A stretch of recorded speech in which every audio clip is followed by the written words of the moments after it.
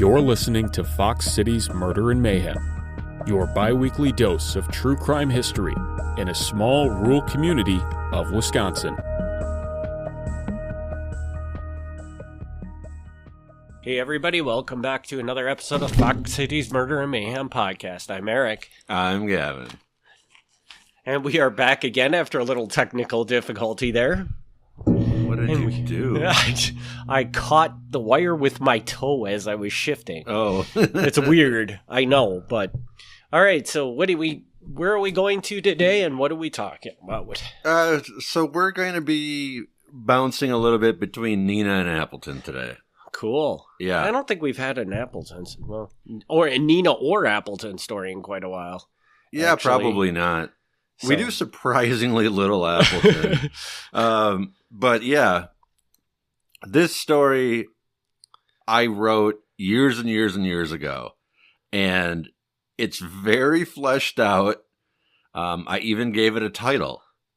I don't know why I wrote it. I don't remember why, because as far as I could tell, I never used it for this podcast, and I'm pretty sure I wrote it before we even started doing the podcast. Which is really weird, right? Yes, really weird. So I don't know what the reason was of why I did this, but I did. So we're going to use it. Were you doing things at the library at this point in time that it could have been written for a library presentation? This was definitely not a library presentation. This might have even been before I worked at the library, for all I know. All right, well, let's see what Gavin writes, probably 10 years ago? Yeah. At least. Yeah, let's see. I read it and I was like, that's pretty good. So we'll see what it is. So this is our main person today is Frank Brakop. I don't know if that's how you say his name, but I'm going to say Brakop, so I apologize if it's not. He is born in 1947 in Wisconsin, probably Appleton or Menasha. I'm not 100% on that, but somewhere Fox Cities. Okay. He grew up at 414 Green Street in Neenah, which is on Doty Island. Full disclosure for listeners, this person, this Frank Brakop guy, he was my second cousin. Oh, really? I never met him. I never met the guy, but just so people know, this is a relative of mine. Did that throw you off a little bit when you did this? You're like, holy crap, this guy's my cousin. No, I'm thinking, if anything, that's probably why I wrote this in the first place, okay. But I really don't remember. In the fall of 1965, he's 18 years old, and he goes on a crime spree. He probably wasn't caught for everything he did, because, sometimes you can get away with stuff for a while. Even bad criminals get away with something once. Yeah. But we do know some of the things that he was doing. Okay. On November 29th, 1965, he fired a 12-gauge shotgun at the home of Gordon Keswick, who also lived on Doty Island. The slug came through a second-story bedroom wall and landed 2 feet from the bed. Holy cow. Keswick actually didn't hear anything. Must be a very sound sleeper. And he found the hole the next morning. And thought, oh, why is there a hole in my... So was this person, was he shooting him was he just screwing around and happened to shoot through his house? Or was this a malicious attempt to do something to the guy? I don't know. I don't know why this guy was chosen specifically. So it could have just been random. Okay. About a month after that, Brakop bombed a Wisconsin telephone company relay station on Breezewood Lane, which is just outside of Neenah. Okay. The spree continued into the new year. On January 10th, 1966, he burglarized Scotty's Auto Repair in Clayton. Then 2 weeks later, he took part in the armed robbery of the Hagel Market in Appleton, escaping with $175. On February 5th, he broke into the Tuller School in Neenah and stole $229 in cash, as well as some checks. And then finally, on February 11th, he broadened his horizons, and he was involved in 3 burglaries in Marinette. Wow. So, got out of the Neenah Appleton area there. So all those crimes spanned what distance of time? Like About 3 months. 3 months. Wow. That's a lot to do in 3 months. Yeah, busy guy. Getting around. Definitely has a hobby. This streak ended when Brakop was arrested on February 12th after police questioned 17-year-old Doug Inda, who was a delinquent. And Inda told them what he knew about Brakop's spree. Inda had been involved in some of the break-ins. When questioning Brakop, they were able to pin down a few crimes for sure and had suspicions of several others. There were multiple break-ins, an armed robbery, an explosion, an attempted forest fire. Wow. Some of these things they couldn't quite get him with, but they're like, yeah, this seems like something you would have done. They seem to be mostly in the Neenah Menasha Appleton area, but, with those Marinette crimes, they also looked at unsolved crimes in Peshtigo, and they're like, maybe. He told the police that he blew up the telephone relay station because he thought it was a power station. He wanted to black out the area so he could rob a motel. Which, I am not a lawyer, but free legal advice. Don't say that. Yeah, don't tell people crimes you were going to do. Like, that's terrible. I mean, to be fair, Gavin, it's not like they can do anything about it. He didn't commit the crime, so what are they going to say? I mean, yeah. But I mean, my advice in this situation is that if you're trying to black out a city, make sure that the thing you're blowing up is actually going to black out the city and not be something completely different. Yeah. I mean, this guy, keep in mind, he's only 18 years old at this point. Like, this is basically a kid. Mm-hmm. And if you can't tell the difference between an electrical relay station and a telephone relay station, I'm not going to hold that against him. I'm not going to hold it against him either, but then don't blow one up. Find another way to do it. Fine. He appeared before the judge and asked for a court-appointed attorney. He was charged with 2 burglaries and the relay station bombing. He was jailed until he would have an indigency hearing to see if he qualified for a court-appointed attorney. By the time that rolled around, they added another charge against him, the random shooting through the guy's window. Can we pause for a minute? Yeah. Do you know anything about, like, you have to see if you qualify for a court-appointed attorney? Oh, yeah. Do you know anything about this? Yeah, of course. Does this still exist? Yes, absolutely. Okay, so what would make you not be able to be approved for a court-appointed attorney? If you have any money. Okay. So they don't actually have to give you an attorney if they can prove that you can afford your own attorney, basically? Is yes, that correct? Okay, I did not know that. Yep. Yeah, so I don't know what the process was at this point in time, but there's different ways about going about it. Like, they check your income, and if your income's low enough, they appoint an attorney. Sometimes you still have to, like, pay them back later. Okay, really? Like, the state doesn't pay for the attorney necessarily, and the attorney's not working for free. That might just get tacked onto your fine, so then, like, they get reimbursed the court costs later. Okay. But no, not everybody just gets handed an attorney. Okay. At the request of his attorney, who he's now been assigned Alan Kane, Brakop was sent to the Central State Hospital for a 60-day observation. Apparently, the defense attorney was able to convince them that, there might be something a little off with this kid. Normal, happy, healthy teenage boys, maybe they cause trouble, but they're not like this. We should maybe see if he's all right.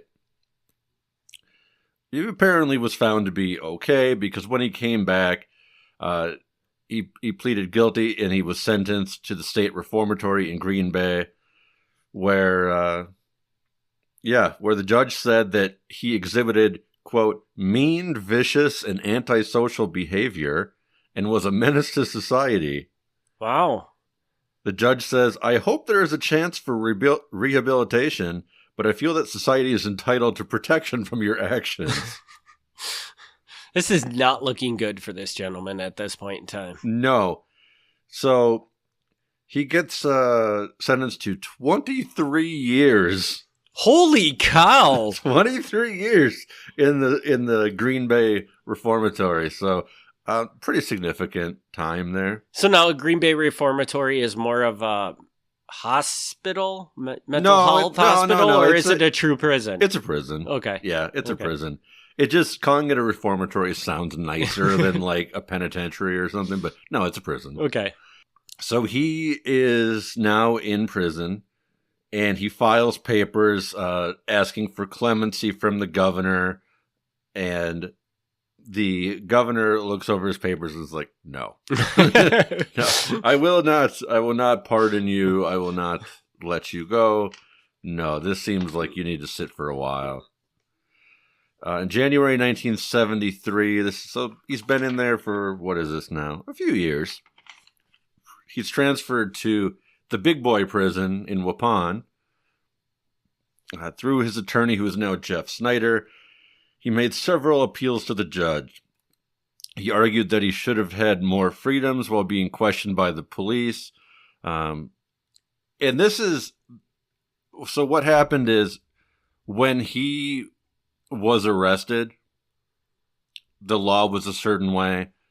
A few months later, the Supreme Court decided the Miranda case, which is now why you have to have like your rights read to you when you're arrested. Okay.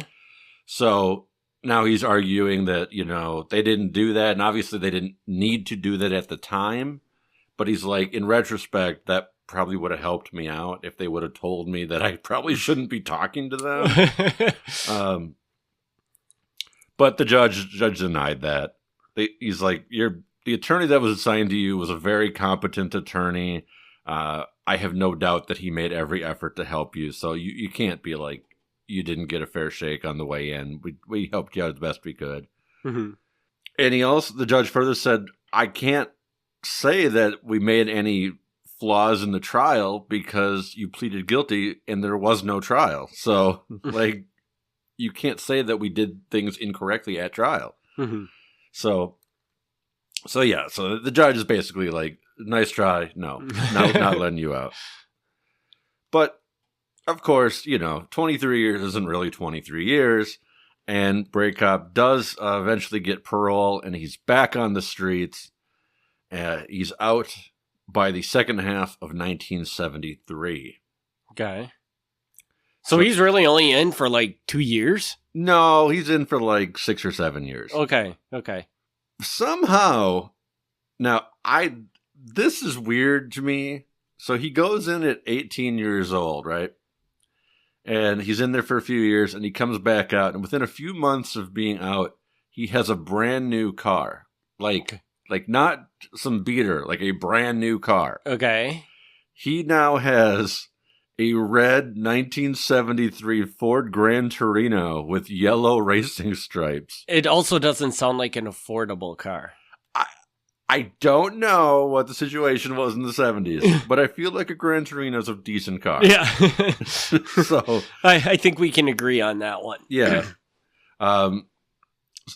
He had to call the police and saying that he had parked his car in an alley off of College Avenue, locked the doors, and took the keys with him, but yet somebody stole his car. He also said, in addition to his car being stolen, there were hundreds of dollars of leather goods inside the car. That sounds suspicious. Yeah.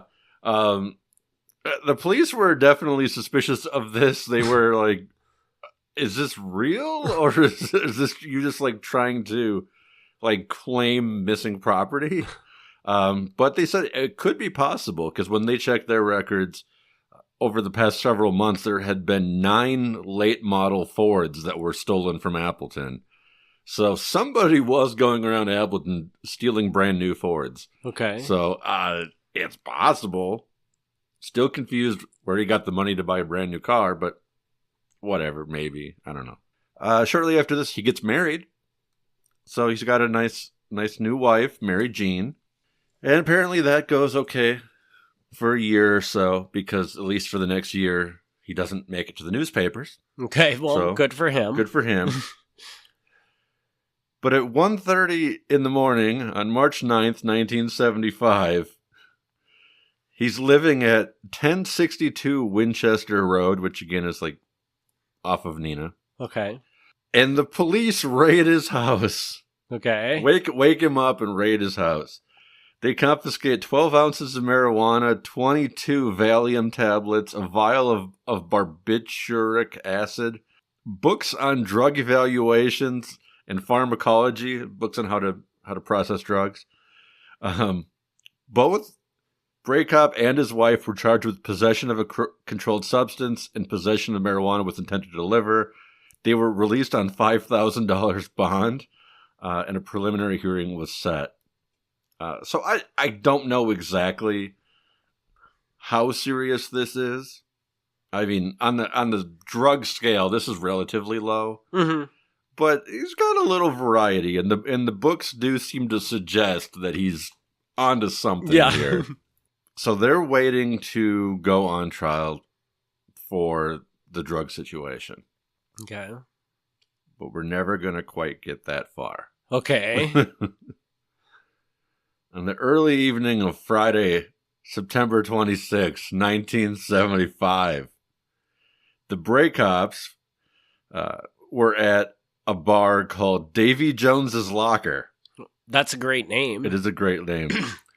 Which was at 610 West College Avenue.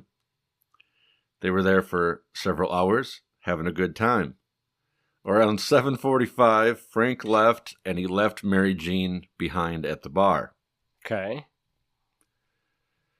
About 15 minutes later, Frank was stabbed twice in the chest, and his body was found in a downtown Appleton alley behind the Bourbon Street Tavern, which was at 745 West College Avenue.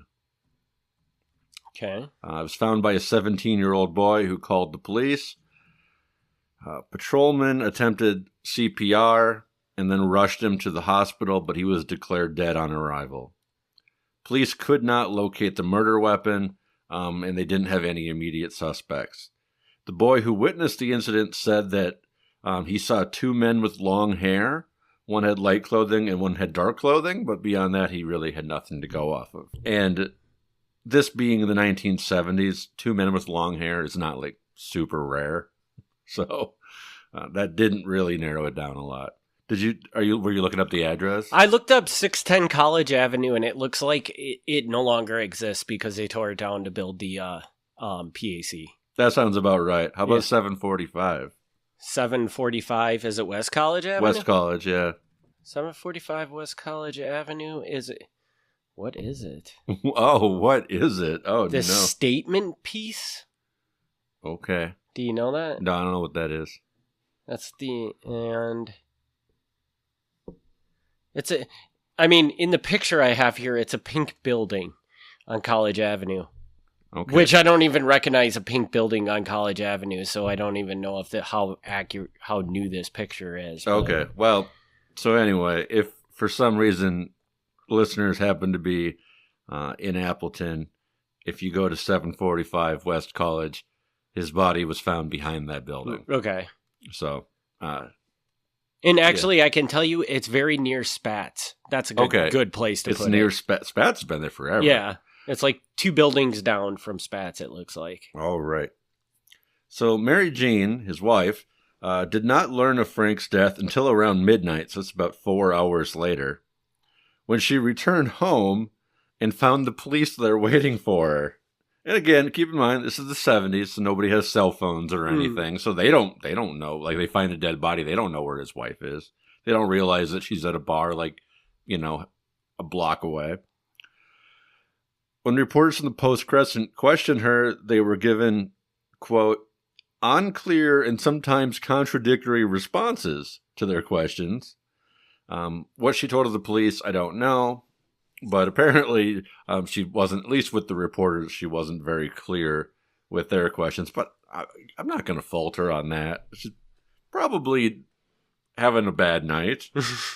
The next day, the police do find a knife near the area of the murder scene. So apparently they just couldn't find it the night of the murder. Okay.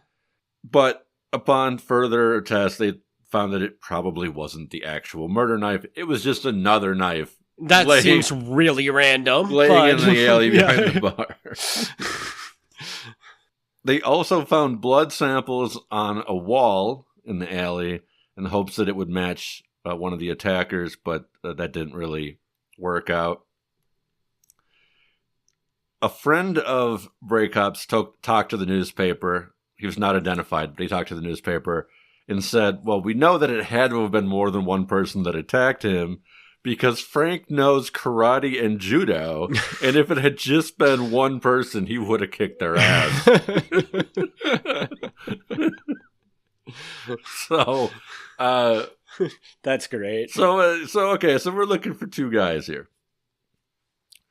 A few days later, police are grasping at straws.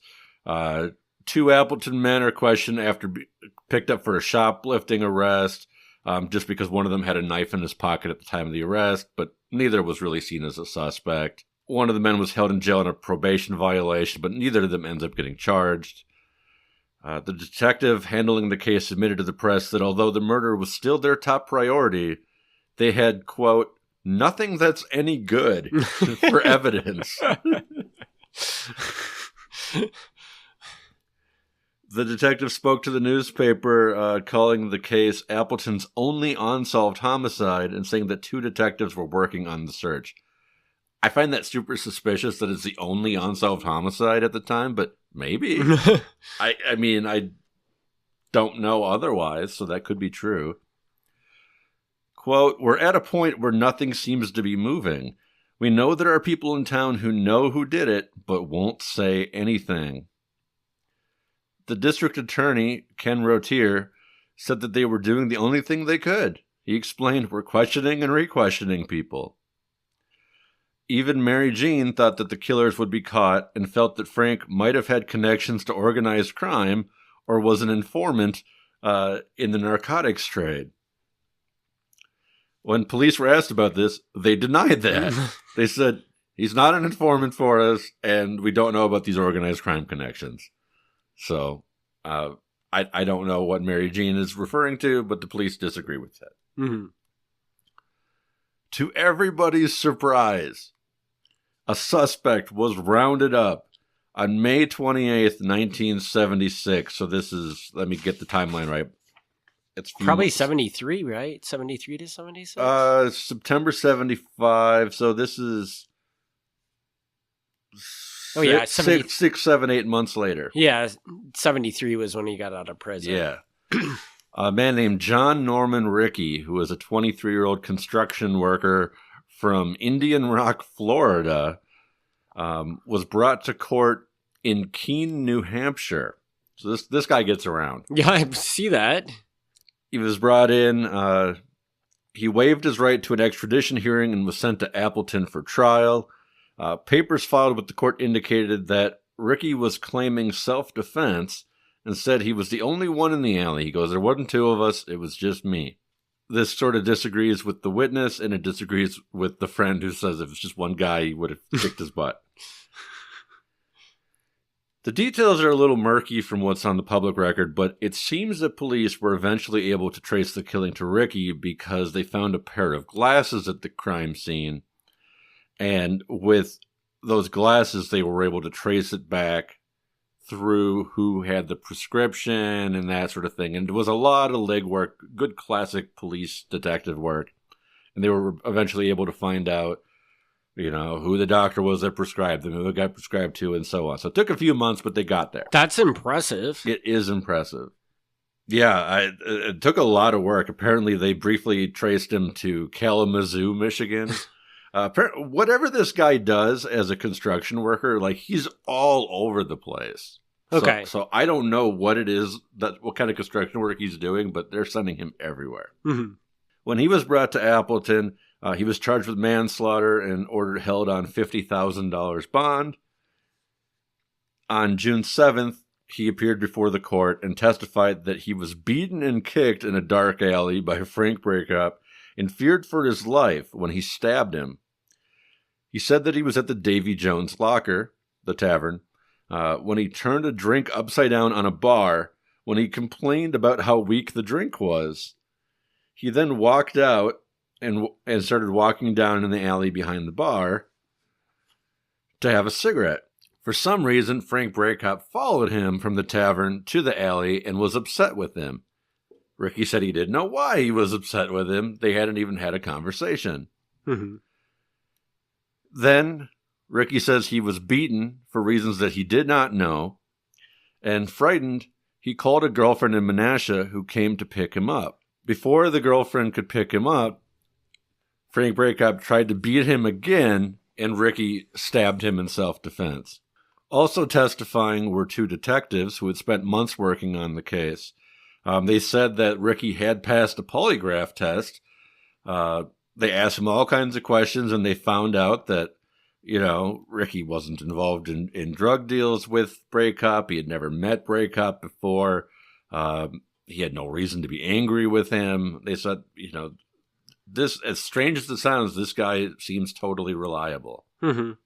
Then this very end, a little tiny little piece here at the end. This kind of blows my mind. Okay.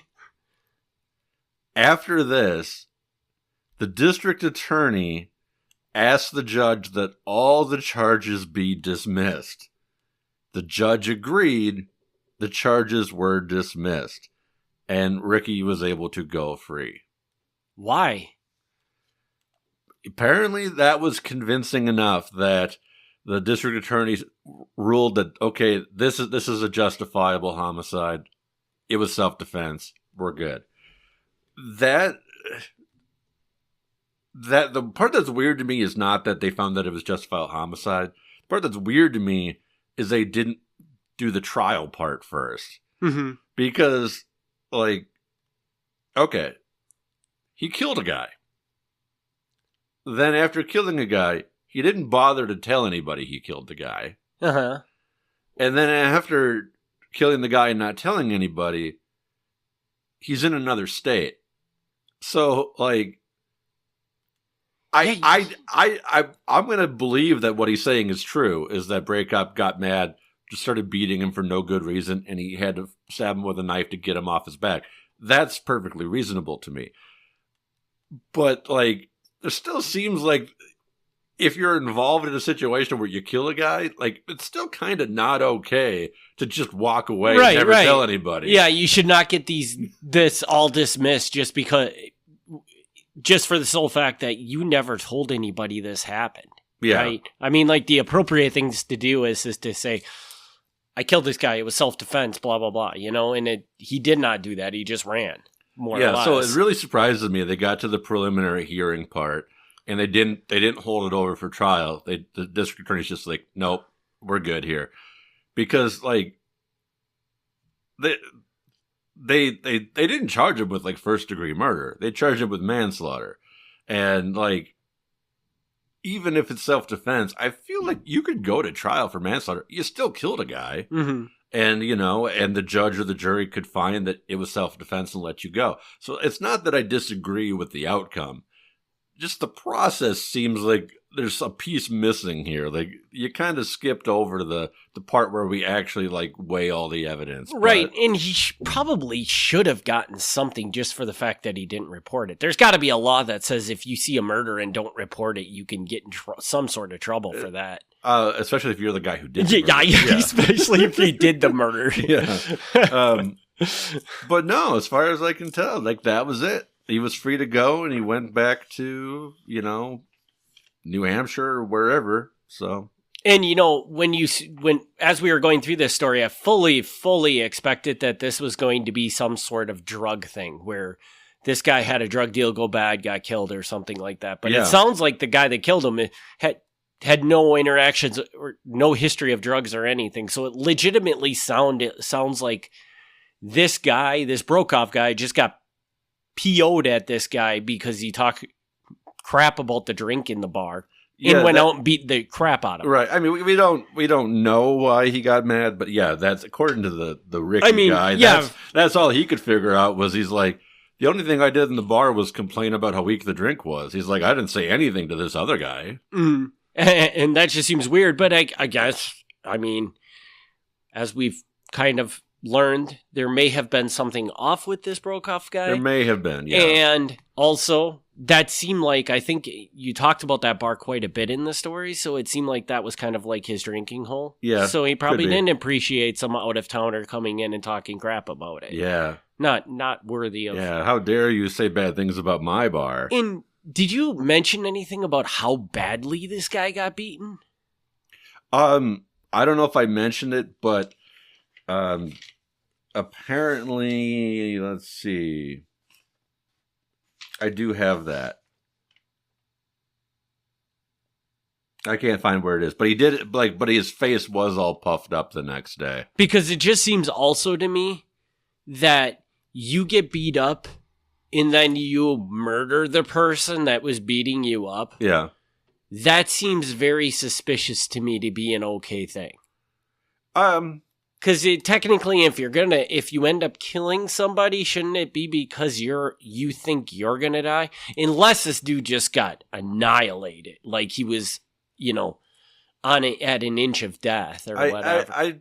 I don't fault him here. I mean, generally the rule is if somebody attacks you, you're not supposed to attack them back with a stronger force than they attacked you. Exactly. It's supposed to all be about restraint. Right? But I don't think, again, we're basically just going off this guy's word.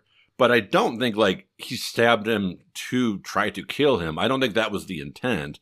I think the intent was, if I have to rely on my fist, this guy's going to beat the shit out of me. But I have a pocket knife, so I'm going to stab him. And he only stabbed him twice. It wasn't like he went and just went crazy on him. Mm. I think he just did what he felt he needed to do to get the guy to back off. Yeah. And it just so happened to kill him. So, I mean, yes, a knife is like an escalation from fists, but I think in this situation, that was the necessary thing to do just to get the guy to back up. Right. And I can also say that if it's true and he did have a karate background, yeah. Seriously, a lot of times they will consider Chuck Norris's hands are weapons. Yeah. Because, things a person that's really good at karate can do is pretty shocking to people. Yeah. I love that though, that they got a guy being like, oh yeah, it had to have been multiple guys because this guy knows karate. Yeah, but that's what I got. I will tell listeners, if they want more of this story, I did not request the police file, so I could do that. I can't imagine it would change the story in any way. I don't think so either. But if listeners were super interested, I would do it just to kind of see if there was more background information in there. But I feel pretty good about how thorough this story is. Yeah, I guess the only thing I think that the police record could really show us is it would be a good idea, just to understand how dramatic this beating was, and then also just maybe it would provide a little more insight into what they looked at because I would like to know how they evaluate. I guess this might not even show that, but how do you evaluate whether it's a homicide that's justified or not? Yeah, I mean, I don't know if there's a firm rule on that. It's just kind of a rule. The courts just make a decision. Yeah. But I'd like to see what did the attorneys do and stuff to paint that picture that would make you say, yeah, this was justified. But yeah, I don't know. But yeah, I mean, like I said, if listeners wanted to, I'd request it, but I don't think it's going to add a whole lot. My hope would be that it would provide more detail of the crime spree part, but there's no reason any of that should be in there because it's totally unrelated. So I don't think it would be. And most of that, I guess I don't know. That stuff could still exist somewhere. But generally speaking, like things that are 50, 60 years old, unless they're like murder level crimes, those records don't exist forever. Like if the police saved every like traffic ticket that they ever wrote, like that would be a ridiculous amount of paperwork. So most of that stuff gets, recycled eventually. But I have actually a weird question about the writing style of this. Okay. So one thing I noticed when you told this story is that this wasn't very deep into his background. Okay. Now, and normally when you write a story, it's very deep in the background. Into the background of the person. Like, you'll kind of start at the age they're born and hit some points across their life. Sure. And you didn't do that with this story. And I'm just wondering, do you think that was just because when you wrote this, that wasn't a thing you do? And that's kind of a newer thing to the style of your writing? Maybe. But the big thing here with that, I would say, is because he's already on his crime spree at 18 years old. So there really isn't a lot before that to write. Mm-hmm. Like, I could say what his parents did or whatever. I mean, I could do that. But, like, what do I say for him as a kid? I don't know. Yeah, and I guess probably... The writing is definitely different, though. I would tell you that, like, I don't know if you could tell from the reading, but the writing is... It's more fleshed out. Like, when I write the notes for the podcast, they're not just notes. Like, the notes are full paragraphs, but they're very, like, the facts of the case. And this is written a little more... story-like. More story-like. This was written like something that I would have published. Yeah, you intend something that you actually intended to publish. Yeah, and I don't know that I did intend to publish it because I don't know what I would have done. Yeah, like where was it going to go? I don't know. But it's written more like that because there's things I didn't say them on the recording, but there are offhand remarks like in here. I'll because we brought this up. I'll read it. Like your offhand remarks, or just yeah. So this is for the amusement of the listeners. So this is the last two sentences of this. After killing a man, failing to notify the police, and fleeing the state, Ricky was a free man. Okay, so that we basically said. Yep. Then I follow that up with, as for Brakop, perhaps this was a poetic ending for a man whose life was, in the words of classic philosopher Hobbes, poor, nasty, brutish, and short. I don't know, but I don't think that's something you would ever write today, is it? Not for a podcast. No. But I love that it's like it's actually got like an ending. like a story ending. And you got to figure too. I would write that if it was like a book chapter, sure, but like not for the podcast. And I'm curious, would you not be able to find anything prior to 18 years old? Because it'd be pretty spotty. Would it be? Yeah. Because like obviously this guy with the crime spree he went on at 18, he was obviously doing stuff prior to that. You don't know that. I don't know that, but I think we can pretty safely assume that he was doing something. It would not surprise me in the least if he was. It would not surprise me if he had disciplinary problems in school. Yeah. Yeah, but that would be very hard to find. And stuff. Yeah. So, all right. So do you got anything else with this one? No. All right. So everybody gets a little dip back into something Gavin probably wrote 10 years ago. Yeah. What a fun story. So with that, we will wrap this episode up. We want to thank everybody for their continued support of the podcast, and we will be back in 2 weeks with another episode. Thanks for tuning in. Thank you so much. Thanks for tuning in to Fox City's Murder and Mayhem. Join us in 2 weeks for another exciting episode of Murder and Mayhem.